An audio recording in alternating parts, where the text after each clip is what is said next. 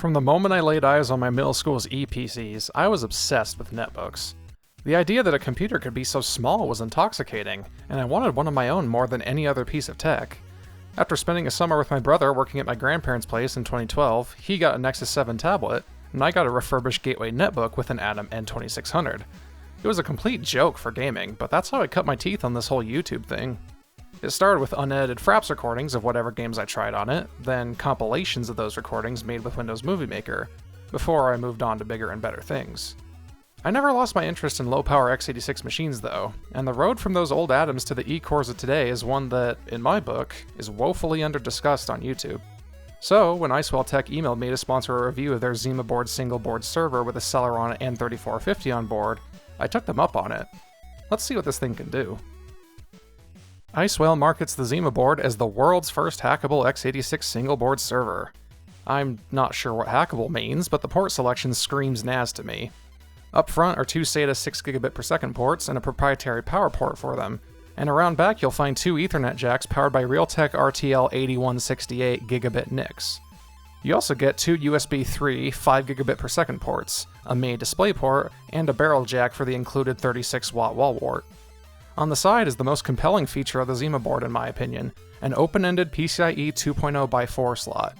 That gives the Zimaboard a ton of potential for all sorts of projects, whether you need more NICs, a Wi-Fi card, an M.2 adapter, or anything else you can think of.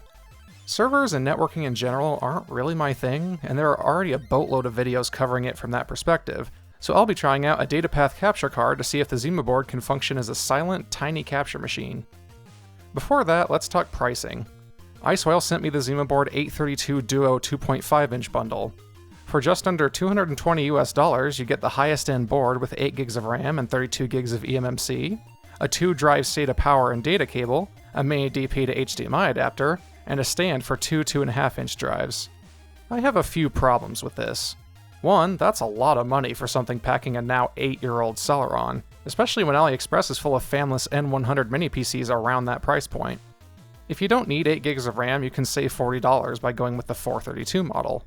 There's also the $90 232 model, but that drops the RAM to just 2 GB and the CPU to the dual-core Celeron N3450.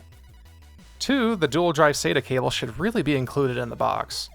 You do get a single-drive cable with the Zimaboard itself, but if you're going to get the 2-drive cable anyway, the single-drive cable becomes redundant. 3, the drive stand is laughable. 2 pieces of aluminum and a few screws cost $10? Really? For that money, I'd like to see the stand screw into the acrylic plate on the bottom of the board so they don't slide around. Speaking of which...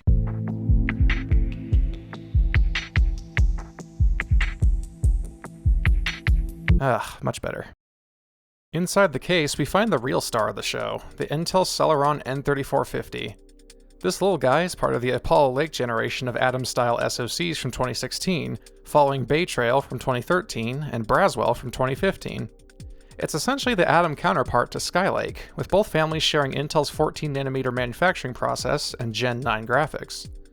The CPU portion of the N3450 is a quad-core based on the Goldmont microarchitecture, capable of boosting up to 2.2 GHz on a single core and 2.1 GHz on multiple cores.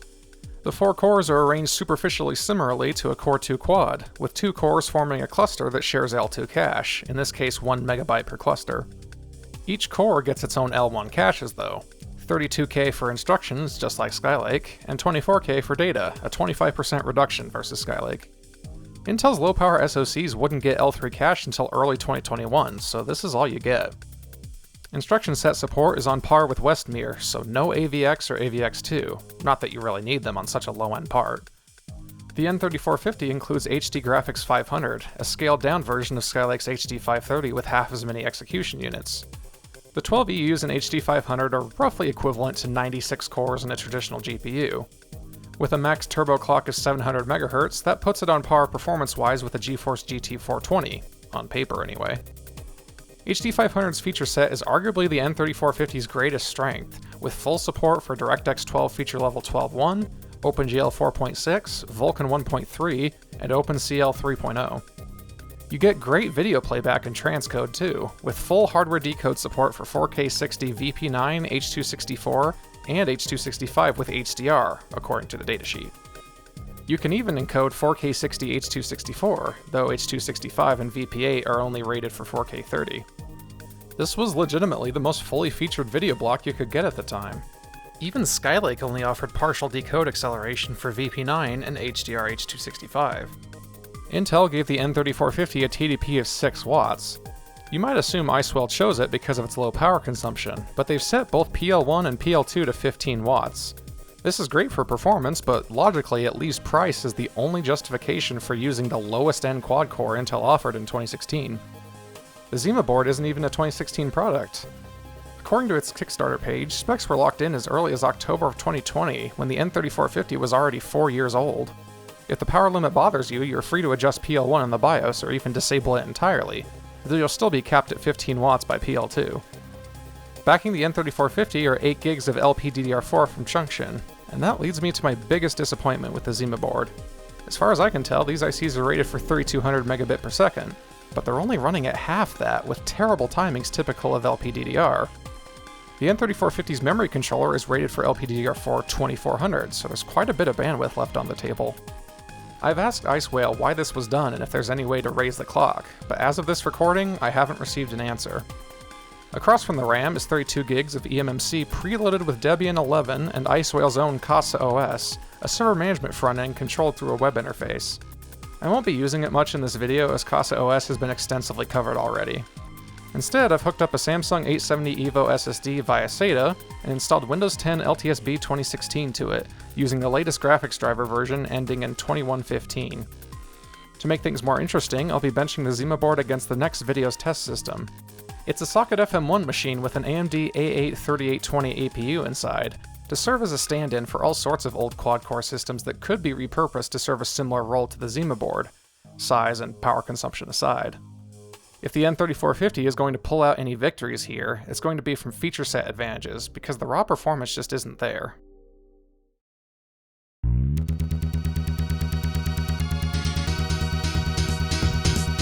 We'll start with CPU-focused tests. The A8 can't run any of the more modern DX12-based 3D Mark CPU benches, but its 70% lead in 3D Mark 11 physics says enough. Cinebench is hardly any kinder, with the A8 commanding a 45% lead in R11.5 and 65% in R15 and R20. The N3450 redeems itself somewhat in Geekbench 3, with the A8 only taking a 13% win in both single and multithread. I had issues with GPU Pi 3.3.2 Legacy on the N3450 that are almost certainly an issue with Intel's OpenCL on CPU implementation, but the Celeron does pull ahead slightly in the shorter V3.2 test.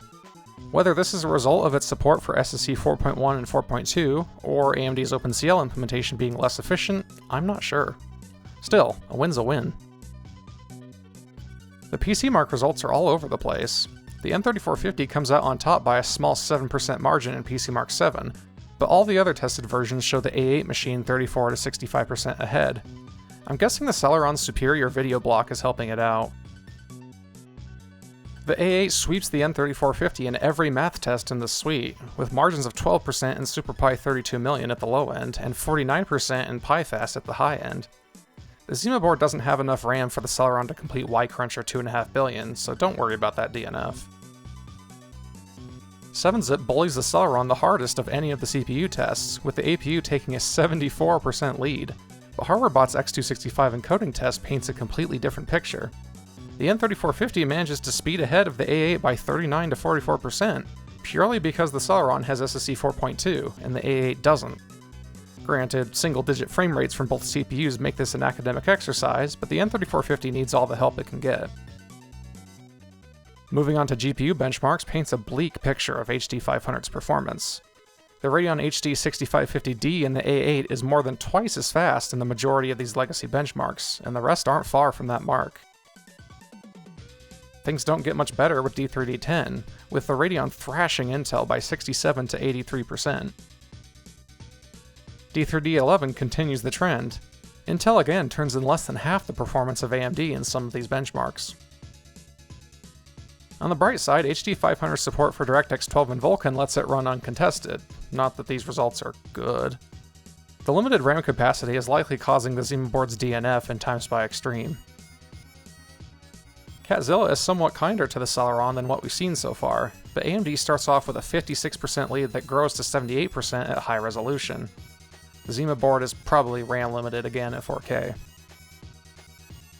The A8's lack of SSD 4.1 instructions rears its ugly head in VRMark, preventing it from running any of the tests. Unigen's benchmarks again put the Radeon on top, but its lead shrinks as the tests get more demanding, with only a 21% advantage in superposition. I have no insight to offer for Geekbench's compute test as I didn't run them on the A8.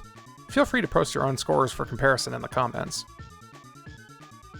Finally, I ran some RAM-focused benchmarks, and the results ain't pretty for the Zimaboard. The A8 system's decent DDR3 crushes the dog-slow LPDDR4, with over double the read bandwidth. It's not a surprise that the A8 wipes the floor with the Celeron most of the time. The CPU portion is clocked higher and has more cache, and the IGP was the best you could get at the time, and that's not even considering the size and power consumption gap. I just wish the Zimaboard's RAM weren't so nerfed. An extra 50% memory bandwidth could make a huge difference to the Celeron's graphics, but unless Icewell releases a BIOS update to clock up that LPDDR4, I can only speculate. I've gone on about it enough at this point. It's time to move on to what you really came for. First up is the Hunter Classic. This isn't my kind of game, but it's on the list because it uses the same engine as Just Cause 2, and should be less demanding. Despite its age, we can't even crack 30 FPS average at 576p. Not a great start. Mafia 2 fares even worse. This game makes prominent use of PhysX and loads both the CPU and GPU heavily enough that we're hitting the 15-watt power limit. I wanted to test Civ Beyond Earth, but it refuses to start. I have no idea why. I get no error logs anywhere, it just doesn't work. I even moved the SSD to my Skylake desktop with the same graphics driver and it started right up. I eventually gave up and tested Civ 5 instead. Frame times are awful as you might expect, but this is the biggest map preset zoomed out as far as it goes. Perhaps more important is AI turn processing time. It took about 52 seconds for the CPU to chew through a turn in the late game, and all that waiting adds up fast. I would call this playable, but I wouldn't want to play on such a big map again. Skyrim is the first game in the suite to reach 30 FPS average. Barely. It's not a great experience though. The problems begin as soon as you get to the start screen, with obnoxious color banding that carries over to the game itself. I had to edit the config file to get the resolution to 576p, because that's too low to appear in the launcher. Frame times are poor as well, though that's nothing new for Bethesda games on low-end machines. You could probably edit the config file further to get more performance. Saints Row the Third easily turns in the worst performance of the whole suite. It might be running into a hard RAM bottleneck because the CPU isn't maxed out and the GPU is pulling less power than usual. Call of Juarez Gunslinger is genuinely difficult to play, because the cel-shaded art style makes it hard to read distant detail at this resolution, and the low frame rate causes input lag that makes it hard to aim. Things only get worse for Lara Croft in the Temple of Osiris. The performance is so bad that Set's animations desync from his voiceover. While you withered in captivity, I mastered the secrets of duo. I will find my way. If nothing else, the Celeron has Dirt Rally. This is arguably the only genuinely playable game in the test suite, and we even get to run it at 720p. Wow! This is more of a testament to Cody's optimization prowess than anything the Zimaboard does right, but I'll take any good news I can get. Next up is the Half-Life 2 mod Swelter. While the average frame rate is pretty good, it's very unstable, with wild swings into the low 20s and high teens depending on which direction you're facing. I could see faster RAM making a big difference here.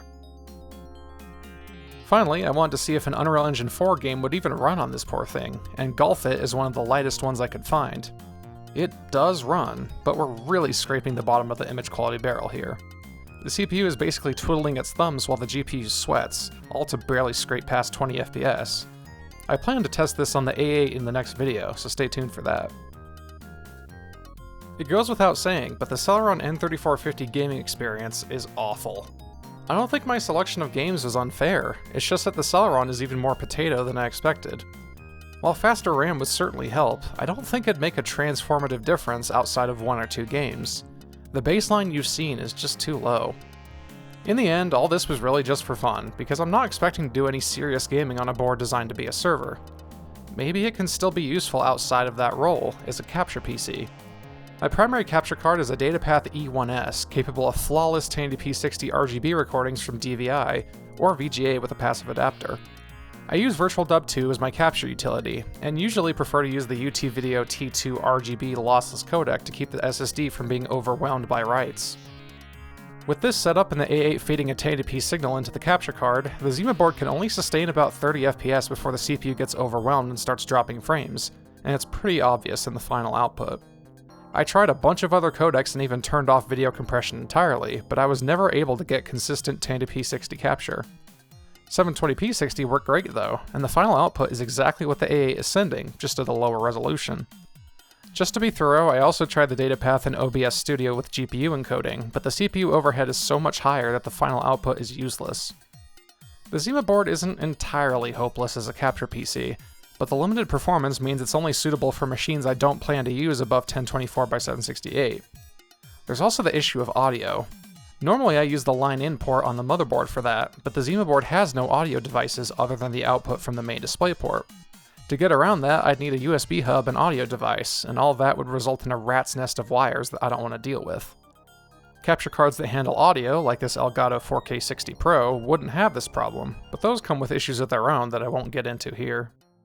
There's one more aspect of the Celeron I want to test, and that's the video block. If it really can do what the datasheet says it can, the Zimaboard could serve as a competent HTPC and/or media server. We'll start with YouTube, and in Chrome it's not looking great. Chrome blocks VP9 decode acceleration on Windows 10 1607, so I had to install the H.264 extension. That caps YouTube to 1080p 60, and it's almost perfect, with only one drop frame every minute or so. Firefox allows VP9 acceleration, but somehow it's even worse. Even at 1080p 60, the video freezes while the audio keeps playing. Just to make sure I wasn't screwing something up, I switched to a fresh install of Debian 12 with Firefox ESR on the eMMC. While 4K 60 is still a bit out of reach, 1440p 60 VP9 is almost as good as 1080p 60 H.264 on Chrome and Windows, with about 4 dropped frames per minute. That is, until I raise the desktop resolution from 1440p to 4K. Suddenly, frames are dropping constantly. To be clear, the hardware very much is capable of decoding 4K 60. Here I am back in Windows playing the same video in MPC-BE with GPU acceleration, and it's working fine with the desktop at 1440p, but at 4K the performance is again slashed. Same goes for the H.265 master file played locally. Next I want to see if HDR H.265 decode actually works, so I found a 4K 60 test clip from Sony that fits the bill. The Celeron can push out roughly 26 FPS on a 1440p display and 21 at 4K. What's the point of 4K decoding if you can't actually watch your videos at 4K? Maybe transcoding will be better, since the Zimaboard isn't responsible for actual playback. To find out, I installed Jellyfin's server to essentially act as an FFmpeg frontend. I gave it the hardest task first, transcoding that earlier Sony HDR clip to SDR using OpenCL tone mapping, as Apollo Lake can't do it in hardware. Performance is basically unusable, maxing out at 14 FPS. Disabling tone mapping nearly doubled the frame rate, and the transcoding speed is essentially identical to the playback speed in MPC-BE. Encoding H.264 instead of H.265 boosts performance by another 10 FPS. Next, I tried a 4K 60 H.265 file without HDR, the master render of my last video. Again, encoding to H.264, the Zimaboard manages 43 to 44 FPS, so there's definitely a performance cost associated with HDR decode. Finally, I tried a 4K H.265 HDR clip at 24 FPS. When encoding to SDR H.265, it takes about 35 seconds for the encoder to ramp up to full speed, while H.264 is comfortably 30% faster than necessary. It's important to note that not transcoding at all works flawlessly. I can stream that Sony 4K 60 HDR clip to my phone, no sweat. Overall, the Zimaboard makes for a mediocre HTPC. On a 4K display, it's not fast enough to do much more than play SDR 4K 30 video. As a Jellyfin server, it's honestly not bad.